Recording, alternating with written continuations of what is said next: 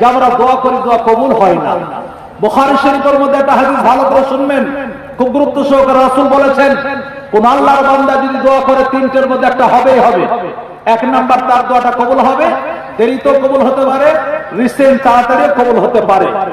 দুই নাম্বার, তার দোয়া যদি কবুল না হয়, দুনিয়াতে তার উপর একটা অ্যাক্সিডেন্ট, একটা বালা, একটা দুর্ঘটনা, মুসিবত আসতো, দোয়ার বিনিময়ে আল্লাহ সে বালা মুসিবতটাকে তুলে নেয়। তিন নাম্বার, তার দোয়া দুনিয়াতে লাভজনক যদি না হয়, তারপরে দোয়া যদি কার্যকরী না হয়, তার দোয়ার বিনিময়ে পরকালে তার দুনিয়া জান্নাতে মানটা, গ্রেডটা, তার মর্যাদা, তার পজিশনটা আল্লাহ রাব্বুল আলামিন উঁচু করে দিবেন। তার মানে বোঝা গেল তিনটের মধ্যে কোন একটা হবে হবে। সুতরাং ভাই, দোয়া করতে কি কারো পণ্যত করবো না, জরবে ইনশাআল্লাহ। এবার আসল উত্তরটা শুনে নেন। আমরা দোয়া যে আল্লাহর কাছে করি কবুল হয় না, তার কারণ হচ্ছে চারটে। এই কটা কারণ বললাম, এই চারটে কারণ আমরা বলবো। এতে অনেক কিছু তথ্য আসবে। খুব আন্তরিকতার সঙ্গে বলছি, অত্যন্ত ভালোবাসা মহব্বতের সঙ্গে বলছি। আমরা বিষয়গুলো একটা একটা করে শোনার পর নিজের আমল বাস্তবায়ন করবো, জরবে ইনশাআল্লাহ। এক নাম্বার, ভালো করে শুনুন, খুবই গুরুত্বপূর্ণ কথা। কালেমার দুটো অংশ রয়েছে, একটা আল্লাহর ওয়াহদানিয়াত আর একটা আল্লাহর নবীর রিসালাত। যেমন প্রথম কালেমা, কালেমায়ে তাইয়্যিব যেটা বলি আমরা, লা ইলাহা ইল্লাল্লাহ। এর দ্বিতীয় অংশ হচ্ছে মুহাম্মাদুর রাসূলুল্লাহ। কালেমা তাশাহুদ, আশহাদু আল্লা ইলাহা ইল্লাল্লাহ। দ্বিতীয় অংশ, ও আশহাদু আন্না মুহাম্মাদুর আবদুহু ওয়া রাসূলুহু। তার মানে বোঝা গেল কালেমার মধ্যে দুটো অংশ রয়েছে। প্রথম অংশ লা ইলাহা ইল্লাল্লাহ, এর একটা শব্দ অর্থ রয়েছে। লা ইলাহা মানে কোন, বলুন, ইলাহা নেই। ইলাহা মানে ইবাদতের লায়ক, ইবাদতের যোগ্য কোন মাবুদ নেই, মানে যার ইবাদত করা হবে এইরকম কেউ নেই। ইল্লাল্লাহ, শুধুমাত্র একজন, কে বলুন? আল্লাহ। মানে আল্লাহ ছাড়া কারোর কোন পুজো, দাসত্ব, গোলামি হবে না। শুধু কার ইবাদত হবে বলুন? কিন্তু একদম বুকে হাত দিয়ে বলবেন, মুসলিম সমাজের মধ্যে অনেক মানুষ, এই সামনেই আর কয়েকটা মাস পর পাথরচাপড়ি মেলা লাগে, অনেক মুসলিম সম্প্রদায়ের মানুষ পাথরচাপড়িতে যে দাতার বাবার কবরে যে সিজদা করে। যেটা মসজিদে হওয়া দরকার ছিল, সেটা আল্লাহর দরবারে হওয়া দরকার ছিল, সেটা আল্লাহর কাছে না হয়ে অন্য কোন আল্লাহর বান্দার কাছে বস্তুর জন্য হয়। এই বান্দার দোয়া কবুল হবে? আপনারা বলুন, কবুল হবে? আল্লাহর কাবাতুল্লাহতে একটা মখমলের চাদর চড়ানো রয়েছে, কালো কালারের। এই কথা ঠিক না ভুল বলছি? ওই চাদর কাবাতুল্লাহতে না চড়ে যদি কোনো মাজারে চড়ানো হয়, এই কথা বুঝতে পারছেন? স্পষ্ট করে বলছি। তাহলে এই আল্লাহর বান্দার দোয়া কবুল হবে? আপনি নিজে বললেন ইবাদতের মালিক, ইবাদতের যোগ্য, ইবাদতের অধিকারী শুধু কে? কিন্তু অপর জায়গায় দেখতে পাওয়া যাচ্ছে আজমিরে যাই, আর সেখানে যে খাজা মঈনুদ্দিন চিশতি রহমাতুল্লাহ আলাইহির কবরটাকে তওয়াফ করে। এই আল্লাহর বান্দার দোয়া কবুল হবে? আরো ভালো করে বলছি, সমস্ত ইবাদতের যোগ্য আল্লাহ বলছি, মান্নত শুধু কার জন্য বলি? আল্লাহর জন্য। কিন্তু একটু সন্তান অসুস্থ, ফরিদ বাবার কবরে যে মুরগি ছেড়ে দিচ্ছি, ইবাদত আল্লাহর জন্য আপনি বলছেন, কিন্তু আবার কিছুক্ষণ পর দেখতে পাওয়া যাচ্ছে সন্তান হচ্ছে না, পাথরচাপড়িতে কালো খাসি বা 300 কিনা চালের ক্ষীর বা খিচুড়ি, বা হয়তো সেখানে যে আপনি কি মান্নত করছেন, একটা মুরগি ছেড়ে দিচ্ছেন, 3 টাকার ঘোড়া মান্নত করছেন। দোয়া কবুল হবে? এর থেকে কি আর স্পষ্ট ভাষা বোঝাবো? এটা হলো মুসলিম সম্প্রদায়ের কথা বলছি। তাহলে আপনার প্রথম ঘাটতি হচ্ছে কালেমা তাইয়্যিব, লা ইলাহা ইল্লাল্লাহর অর্থ সবাই আপনারা জানেন, আল্লাহ ছাড়া কেউ ইবাদতের যোগ্য নেই। কিন্তু মুসলিম সম্প্রদায়ের কিছু মানুষ আল্লাহ ছাড়া অন্য কোন বস্তুর জন্য ইবাদত করে বসেছে, এই জন্য বান্দার দোয়া আল্লাহর দরবারে কবুল হয় না। লা ইলাহা ইল্লাল্লাহর একটা অর্থ আছে, ভাব অর্থ, আল্লাহ ছাড়া কার কোনো শক্তি, এই সমস্ত শক্তির মালিক, আরো যারা বলে সমস্ত শক্তির মালিক আল্লাহ। আল্লাহর বান্দায় ধানের সিজন গিয়েছে, ভালো ফলন হয়েছে, এক আল্লাহর বান্দা পাশের মুরব্বী জিজ্ঞেস করলো যে কমন ধান হয়েছে বাবু? তো বলে আমার 28 ধান হচ্ছে বিঘা। বলছে এক কাঠায় এখন 1 বিঘে তো কম, 19 কাঠাতে 28 মণ ধান। বলে হ্যাঁ, আল্লাহ তোকে ভালোবাসে রে, এবছর তো এত ফলন হয়নি, তোকে ভালোবাসে। মাথা মোটা উত্তর দিচ্ছে কি জানেন? আল্লাহ ভালোবাসে, ভালো ফ্যাক্টরি পরশ ডিএপি দিয়েছি। না, হাসবেন না, মানুষের বক্তব্য। কিন্তু কোরআন বলছে লাইন শাকারতুম লাযিদান্নাকুম, আমার কৃতজ্ঞতা জ্ঞাপন করে সামনে তোমাকে 29 গুণ দিতাম। ওয়ালাইন কাফারতুম, যদি নাশুকরি করেন না আযাবুল শাদীদ, এমন শিলাবৃষ্টি দেব ধানের দানাগুলো ফাটাতে ঢুকে যাবে, তুমি ভিডিওর কাছে, এমএলএর কাছে, আইসির কাছে যে কিছু বলতে পারবে না। দেশের মানুষ যদি দু চার ঝাড় কেটে দিত, সঙ্গে সঙ্গে থানায় যে এফআইআর করতো, কিন্তু এমন যন্ত্রণা ধানকে ধরিয়েছে, কোন জায়গায় এফআইআর করার কোন জায়গা নেই। আল্লাহ পারে না? সমস্ত শক্তির মালিক কে? আর একটু জোরে বলি কে? মা বোনদের স্বার্থে বলছি, ভালো করে শুনে নেন, সমস্ত শক্তির মালিক আল্লাহ। কিন্তু 3 বছর 4 বছর সন্তান হতে দেরি হলে কেন তুমি মাজারে মুরগি ছাগল নিয়ে ছুটছো? কেন তুমি পাথর চাপিতে গাড়ি ভাড়া করছো? লজ্জার কথা বলছি, শুনবেন, ভালো করে কাজে লাগাবেন। একজন মেয়ে 1 কোটি টাকার মালিক, 1 কোটি টাকার মালিক, ঋণ নেই, কিচ্ছু নেই, সংসার ইত্যাদি মানে কি চালিয়ে 16 আনা তার কাছে গচ্ছিত রয়েছে 1 কোটি টাকা। কখনই বললাম ওই মেয়েটির জন্য হজ করা কি বলুন ফরজ। কিন্তু দুর্ভাগ্যের বিষয়, তার স্বামী নেই, মারা গেছে, তার ছেলে নেই, তার বাবা নেই, তার চাচা নেই, এমন কোন পুরুষ নেই যে তার সঙ্গে ওর বিবাহ সারা জীবনের জন্য হারাম, কেউ নেই, বা তার স্বামীও নেই, কেউ নেই। কিন্তু 1 কোটি টাকা আছে, মেয়েটির উপর হজ ফরজ, তবুও সেই মেয়েটি একাই হজে যেতে পারবে? এই একাই হজে যেতে পারবে? পারবে না। কেন? তার সফরটা নিরাপদ নয়। যে হজটা একটি মেয়ের জন্য ফরজ ছিল, কিন্তু সফর নিরাপদ নয়, সেই জন্য হজটা তার জন্য ক্যান্সেল, হজটা বন্ধ হয়ে গেল। তাহলে সেই মেয়েটি স্বামী নেই, একাই কোন হিসাবে এসে পাথর চাপড়ি যেতে পারে? এর থেকে কি আর স্পষ্ট কথা বলবো আপনাদের? দোয়া করুন না হওয়ার কারণ, যে সমস্ত শক্তির মালিক আল্লাহ আমরা বলি, অপরদিকে আমরা অন্য কোন বস্তুর বিশ্বাসী, এই জন্য আল্লাহ দরবারে কবুল বলুন দোয়া কবুল হয় না। বিস্তারিত করে বলবো না। 2 নম্বর কালেমার দ্বিতীয় অংশ ভালো করে শুনুন, স্পষ্ট করে বলছি, মুহাম্মাদুর রাসূলুল্লাহ, এটা হচ্ছে দ্বিতীয় অংশ। এর শব্দ অর্থ হচ্ছে মুহাম্মদ সাল্লাল্লাহু আলাইহি ওয়াসাল্লাম আল্লাহর রাসূল। মুহাম্মদ সাল্লাল্লাহু আলাইহি ওয়াসাল্লাম কার রাসূল বলুন? আল্লাহর রাসূল। এটা শব্দ অর্থ। এর ভাব অর্থ ভালো করে শুনবেন। মুহাম্মদ সাল্লাল্লাহু আলাইহি ওয়াসাল্লামের সুন্নাত, তিনার নিয়ম, তিনার নীতি, তিনার থিওরি, তিনার পথ, তিনার মতের মধ্যে সফলতা রয়েছে। বাকি যেগুলোকে সভ্যতার মান দিয়েছি, সফলতার মান দিয়েছি, বাহ্যিক ক্ষণিক সাময়িক সফলতার দিকে আপনাকে নিয়ে যাবে, পরক্ষণে বিপদগামী হতে হবেই হবে। শুধু কার সুন্নতে কামিয়াবি আছে? এই কার সুন্নতে কামিয়াবি আছে বলুন? আল্লাহ রাসূলের। কার বলুন? আল্লাহ রাসূলের। দুর্ভাগ্যের বিষয় ভালো করে শুনুন, দোয়া কেন কবুল না হয় তার কারণগুলো একটা একটা করে বলে দিচ্ছি। এক যুবককে একদিকে খাড়া করে দেন, অপরদিকে মুফতি জারজিসের হাদিসের টুকরোগুলো শুনবেন।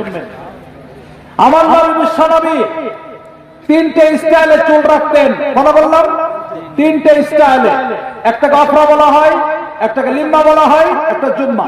পুরো মাথা একই কোয়ালিটির চুল, যেমন আপনার আমার অনেকে স্বাভাবিক ভাবে রাখি। আর একটা চুলের স্টাইল হচ্ছে পেছন দিকে গড়িয়ে দিয়ে কানের নরম মাংসটা দেখছেন এই পর্যন্ত বাড়ানো, আর দ্বিতীয়টা হচ্ছে ঘাড় পর্যন্ত বাড়ানো। যেমন দেখবেন আমাদের কারি সাহেবের চুলটা, বুঝতে পারছেন তো? এই 3টে স্টাইলে রাসূল চুল রাখতেন।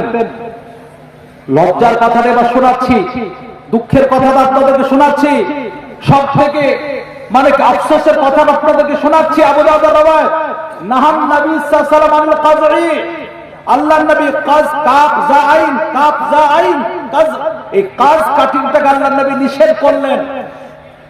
যে কাটিংটাকে, যে স্টাইলটাকে রাসূল নিষেধ করলেন, চারি সাইডে মাথার চুল থাকবে না, সামনে বা কিছুটা একটু বড় অংশের চুল থাকবে, এই কাটিংটাকে রাসূল নিষেধ করেছেন।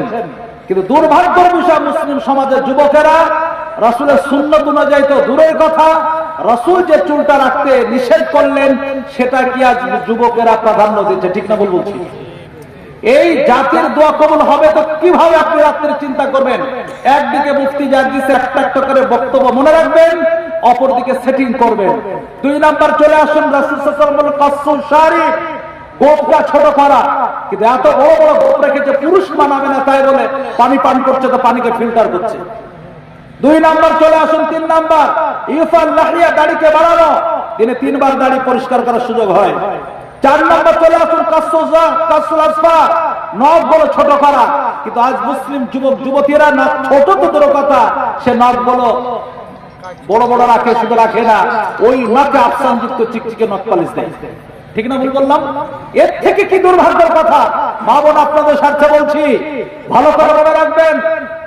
আমি গার্জেন কর্তৃপক্ষকে বলছি, মেয়ের জন্য বিয়ের আপনি লগনের বাজার, লগন বলো তো নাকি, লগনের বাজার করতে গিয়েছেন, সমস্ত বাজার করুন, কসমেটিকের সমস্ত সাবজেক্ট আপনি বহাল রাখুন, কিন্তু বিশেষ করে অনুরোধ করছি মেয়েদের জন্য, ছেলেদের জন্য নখ পালিশটা কারেন্ট কোড আপনি মানে ক্যান্সেল করে দেবেন। কেন আপনাকে বলে যাচ্ছি, এই নখ পালিশ যদি দেয় কোনো মহিলা, তাহলে ওই ফার্স্ট নাইটে স্বামী স্ত্রীর সাক্ষাৎ হবে, গোসল করবে তার গোসল হবে না, ওযু করবে তার ওযু হবে না, সে নামাজ পড়লে তার নামাজটাও বলুন হবে না। আর এটা খুব নরমালি জিনিস নয় যে যখন তখন তুলে ফেলবো, এটা তোলাটা বড় জটিল। ফার্স্ট নাইটে তার স্বামীর আঙুলে নখ পালিশ দিয়ে দিয়েছে, নীল পালিশ দিয়ে দিয়েছে, সেও গোসল করবে, গোসল হবে না, ওযু করবে, ওযু হবে না। রাসূলের হাদিস, মিফতাহুস সালাতাত তাহুর ওয়া মিফতাহুল জান্নাত সালাত, বিশ্বনবী বললেন জান্নাতের চাবি হচ্ছে নামাজ, আর নামাজের চাবি হচ্ছে ওযু, ওযুবিহীন নামাজ হবে না, আর জান্নাতে কেউ নামাজ বিহীন যেতে পারবে না। মা বোনদের স্বার্থে বলছি, তোমার রূপের শ্রীবৃদ্ধির প্রয়োজন রয়েছে। রাসূল বলেছেন তুমি মেহেন্দি আঙ্গুলে ব্যবহার করো, হাতে তুমি মেহেন্দি দাও, তাতে কোনো সমস্যা নেই, কিন্তু নখ পালিশ দিয়েছো, তোমার ওযু গোসল হবে না। নাপাক অবস্থায় যদি বাই চান্স তুমি চলে যাও, কিয়ামতের দিন তোমাকে নাপাক অবস্থাতেই উঠানো হবে। বাই চান্স আপনি নাপাক অবস্থায় মারা গিয়েছেন, আল্লাহর নবী বিশ্বনবী বললেন ওইভাবে তোমাকে কিয়ামতের দিন তোলা হবে, কপালে তোমার জান্নাতের চাবি জোগাড় হবে না। আমার রাসূলের একটা মজার হাদিস শোনাই। রাসূল বললেন লা তাদখুলুল মালাইকাতু বাইতান ফীহি তাসাবির ওয়ালা কালবুন ওয়ালা জুনুবুন। বিশ্বনবী বলেন যে বাড়িতে তিন প্রকারের বস্তু থাকবে, আল্লাহর পক্ষ থেকে সেই বাড়িতে রহমতের ফেরেশতা আসবে না। কয় বললাম? বলবো দোষটা করা, কিন্তু আমল করতে হবে, কিন্তু দোয়া যে কবুল হয় না কারণ আপনি নিজে নিজে পেয়ে যাবেন। একটু বসুন না ভাই, এই ফাঁকা জায়গাটা বসুন, যারা দাঁড়িয়ে আছে যুবকরা বসুন, অসুবিধা নেই। আমি আউট কথা একটা বলবো, টাইম পাস হবে না ইনশাআল্লাহ। যে কথাটা বলবো কাজের, একটু একটু কষ্ট অনুরোধ করছি, এই ফাঁকা জায়গাটা বসুন। হাত পেতেছি এই গুনাহগার, তোমারি দরবার মোরে ফিরায় না, হাই শূন্য হাতে ওগো। আমি এই সামনে বাড়িটা করছি শুধু আপনাদেরকে একটু বসানোর জন্য, বাকি টাইম পাস করার আমার ইচ্ছা নেই। একটু বসে ফাঁকা জায়গাগুলো, অসুবিধা নেই, মজলিসে বসলে গুনাহ হবে না বাবা। আমি দায়িত্ব নিয়ে বলছি, গুনাহ হলে কিয়ামতের দিন আমাকে দিবেন, নেকি হলে অর্ধেক আপনি নেবেন, অর্ধেক আমাকে দিবেন। গুনাহটা আমি দায়িত্ব নিয়ে নিচ্ছি, নেকি হলে একটু ভাববেন। হাত পেতেছি এই গুনাহগার, তোমারি দরবার মোরে ফিরায় না, হাই শূন্য হাতে ওগো মাওলা, শূন্য হাতে ওগো মাওলা, ফিরায় না। তোমার রহম তোমার কারণ অথই পারাবার, তুমি খালিক তুমি মালিক, গফুর গফফার, পেতেছি এই গুনাহগার, তোমারি দরবার মোরে ফিরায় না, আমার চেয়ে কেউ গুনাহগার নেই রে কোথাও, বান্দা তোমার আমার চেয়ে কেউ গুনাহগার নেই রে কোথাও, বান্দা তোমার, তোমার রহম তোমার কারণ অথই পারাবার, পেতেছি এই গুনাহগার, তোমারি দরবার মোরে ফিরায় না। আমি বিশ্বনবীর একটা হাদিস শোনাতে যাচ্ছিলাম, আমার নবী বিশ্বনবী বললেন লা তাদখুলুল মালাইকাতু বাইতান ফীহি তাসাবির যে বাড়িতে আমার রাসূল বললেন বিনা প্রয়োজনে কোনো ছবি থাকবে, আল্লাহ রাসূল বললেন সেই বাড়িতে রহমতের ফেরেশতা আসবে না। তুমি পার্টি করছো করো, টিএমসি পার্টি করছো, কংগ্রেস করছো, সিপিএম করছো, ফরওয়ার্ড বলা করছো, যা করছো তোমার ব্যক্তিগত ম্যাটার, কিন্তু মুসলমান যুবক তোমাদের স্বার্থে বলছি, বিভিন্ন পার্টির সঙ্গে তুমি যুক্ত হয়েছো, যে যা পার্টি করে সেই পার্টির নেতা নেত্রীদের ছবিগুলো দেওয়ালে কেন লাগিয়ে রেখেছো? তৃণমূল পার্টি তুমি কম নেতা হয়েছে, একদিকে মাননীয় মুখ্যমন্ত্রী মমতা ব্যানার্জির ছবি, অপরদিকে লোকাল কোন নেতার ছবি তুমি দেওয়ালে লাগিয়ে রেখেছো। কংগ্রেস পার্টির তুমি বড় ভক্ত, একদিকে অধীর রঞ্জন চৌধুরীর ছবি, অপরদিকে রাহুল গান্ধীর ছবি রাখেছো। তুমি সিপিএম পার্টির বড় ভক্ত, একদিকে জ্যোতি বসু অমর রাহে, অপরদিকে কমরেড বুদ্ধদেব বাবু অমর রাহে বলে তুমি দেওয়ালে ছবি লাগিয়ে রেখেছো। আল্লাহর কসম বলছি তোমার বাড়িতে আল্লাহর পক্ষ থেকে রহমতের ফেরেশতা আসবে না। ও যুবক, তুমি সিনেমা দেখতে দেখতে নায়কের ভক্ত হয়েছো, ক্রিকেটারদের ভক্ত হয়েছো। ও যুবক, তুমি ফুটবল খেলা দেখতে দেখতে ফুটবলারদের ভক্ত হয়েছে, দেওয়ালে তাদের তুমি ছবি চিপকে রেখেছো। আমার রাসূল বললেন সেই বাড়িতে আল্লাহর পক্ষ থেকে রহমতের ফেরেশতা আসবে না। ভুল করেছো, আগামী তার করবো না, করে বলুন ইনশাআল্লাহ। 2 নাম্বার আমার নবী বিশ্বনবী বললেন লা তাদখুলুল মালাইকাতু বাইতান ফীহি কালবুন। কোন বাড়িতে কুকুর পোষার অভ্যাস, তবে টেনশন নেবেন না, বিভ্রান্তের মধ্যে পড়বেন না। আমার নবী 3টে স্বার্থে বাড়িতে কুকুর রাখার অনুমতি দিয়েছে।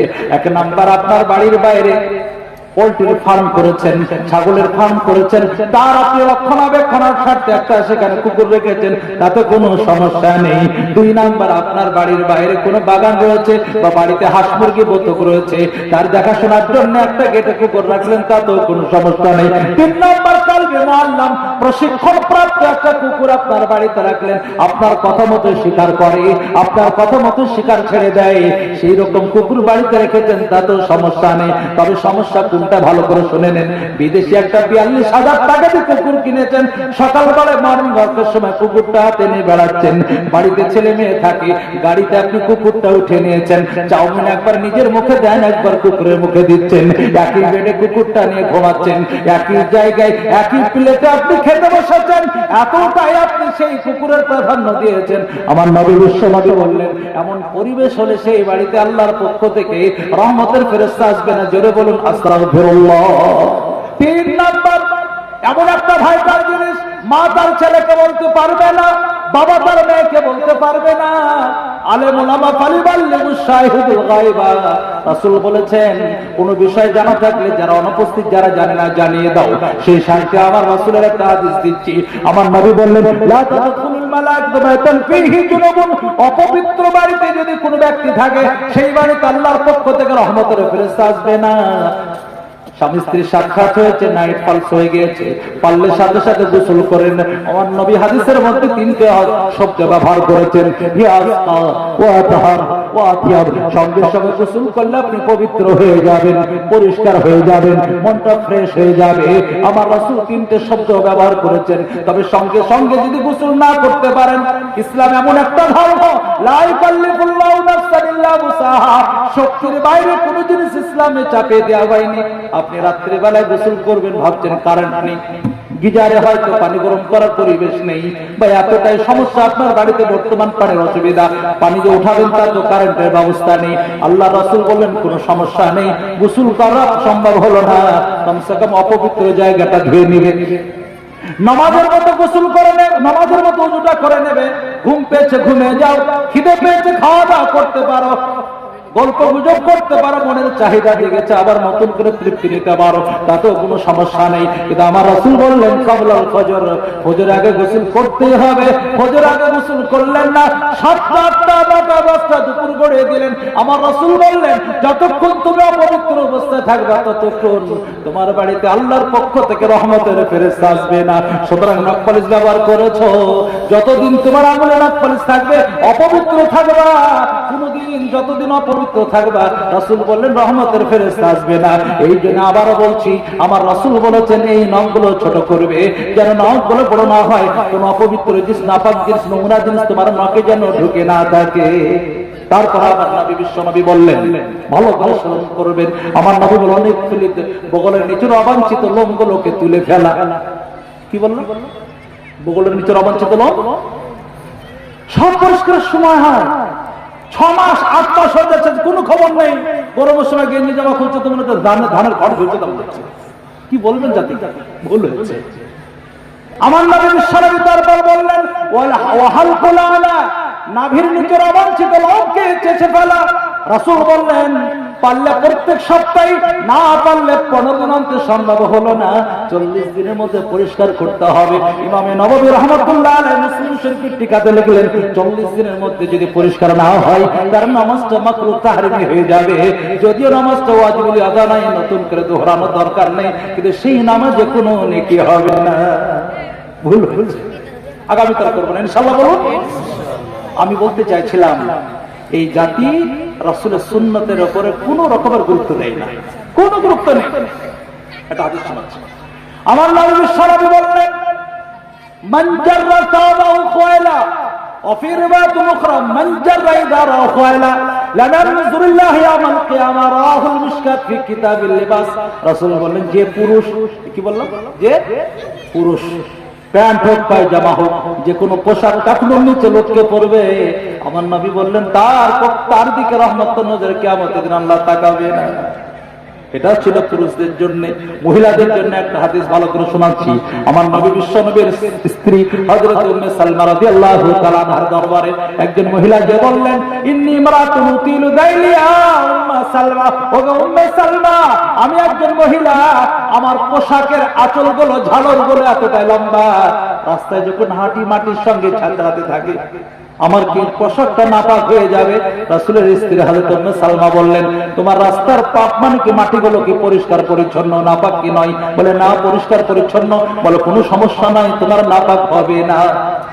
হাদিস দুটোর দ্বারা তো বোঝা গেল রাসূলের যুগে মহিলাদের পোশাকগুলো টাকনুর নিচেতে এতটাই লম্বা থাকতো, মাটির সঙ্গে ছাঁচড়াতো, আর পুরুষদের পোশাকগুলো টাকনুর নিচে থাকতো।